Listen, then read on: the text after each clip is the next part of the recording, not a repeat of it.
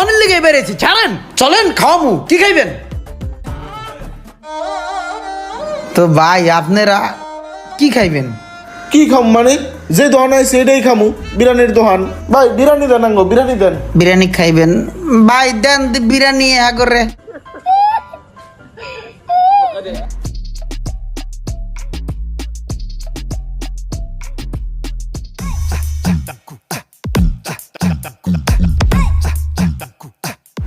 ভাই এই যে নেও 2 প্লেট, দুজনে ঝোলা বড়।